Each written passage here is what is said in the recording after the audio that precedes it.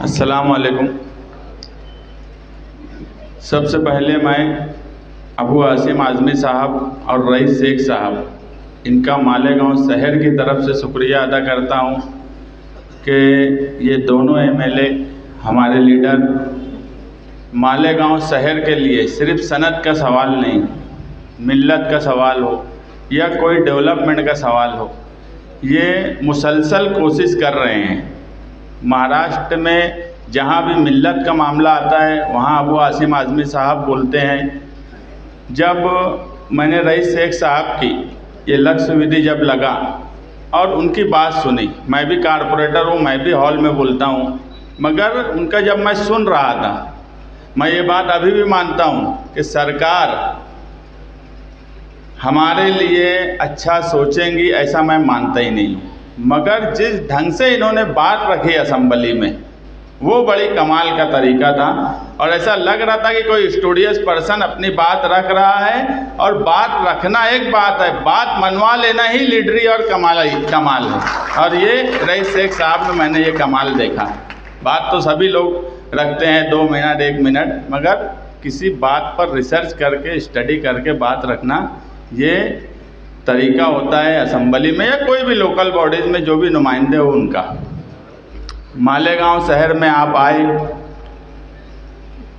आपका जब नोटिफिकेशन निकला, कमेटी बनी, हमें ये लगा कि मालेगांव शहर को इसका फ़ायदा होना चाहिए, इसलिए हमने ख़ास तौर से बुनकरों से मुलाकात का सिलसिला शुरू किया।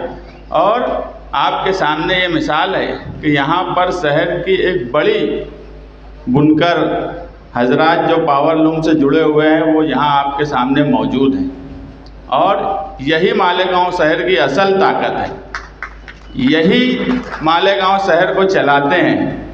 मगर ये कभी जो चेहरे मैं यहाँ देख रहा हूँ, ये कभी ऐसे किसी प्रोग्राम में जाते नहीं। ये यहाँ आए, हमें और आपको भी इनका शुक्रिया अदा करना चाहिए, ये ऐसे लोग हैं।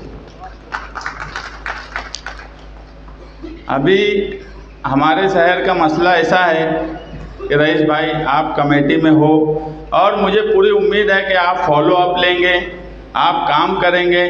वहाँ पर कौन कितना काम करेंगे ये नहीं मालूम हमें, मगर आप काम करेंगे ये उम्मीद भी है और अल्लाह पर यकीन है कि आप ज़रूर काम करेंगे और इस बार कुछ न कुछ पावर लूम सनत का भला होगा।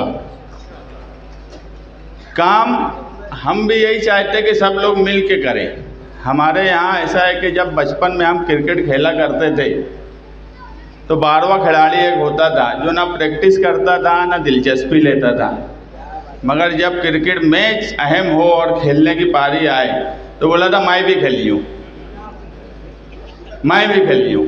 तो महल्ले के जो जिम्मेदार लोग थे जो यहाँ बैठे हैं महल्ले के, तो उनको बोलते थे कि समझा ना प्रैक्टिस है ना दिलचस्पी है, तो अब खेले की बात काहे कर रहे।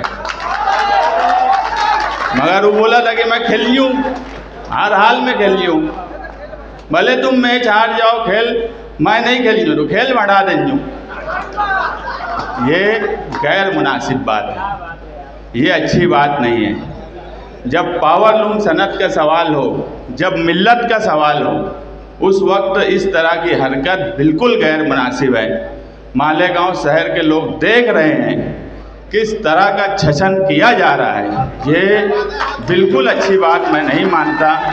ये हमारे खिलाफ नहीं हो रहा, ये बुनकर बिरादरी के खिलाफ हो रहा, ये पावर लूम सनत के खिलाफ हो रहा। कि अगर तुमको इतना ही खेलना आ रहा होता तो तुम असेंबली में बोले होते। जिस वक्त ये लक्ष्य विधि लगी उस वक्त तुम असेंबली में हाजिर नहीं थे। आपको 19 तारीख का नोटिफिकेशन, आप 20 तारीख को बोलते हो कि 20 तारीख को उस पर क्वेश्चन लगा, 13 दिसंबर को रईस शेख साहब वहाँ बोल रहे थे, आपको तारीख तक नहीं पता है। तो मेरी आपसे हाथ जोड़ के गुजारिश है कि आप साथ में काम करिए, बहुत अच्छी बात है। रईस शेख जैसा स्टूडियस एमएलए आपके साथ है, हमारे साथ भी अगर कोई कारपोरेटर दूसरी पार्टी का भी रहेगा, उसको मालूमात है और वो भला कर सकता है, तो मुझे कोई हिचकिचाहट नहीं है उससे मालूमात लेके काम करने की। मैं रईस शेख साहब से भी गुजारिश करूँगा कि अगर हमारे शहर के नुमाइंदे आपसे मालूमात लेते हैं, काम करने में दिलचस्पी लेते हैं, तो आप ज़रूर उनको मालूमात दीजिए, आप उनको गाइड कीजिए ताकि वो भी अच्छे ढंग से कामकाज कर सके। ये मेरी आपसे गुजारिश है। मैं दोबारा यहाँ आए हुए तमाम ही लोगों का शुक्रिया अदा करता हूँ और मैं यही बोलूँगा कि अगर बुनकर, कारखाना, पावर लूम, मिल्लत के मामले में कोई भी फ़र्द मैं भड़ंजू बोलिए तो तुम उसका खेल बढ़ा देना।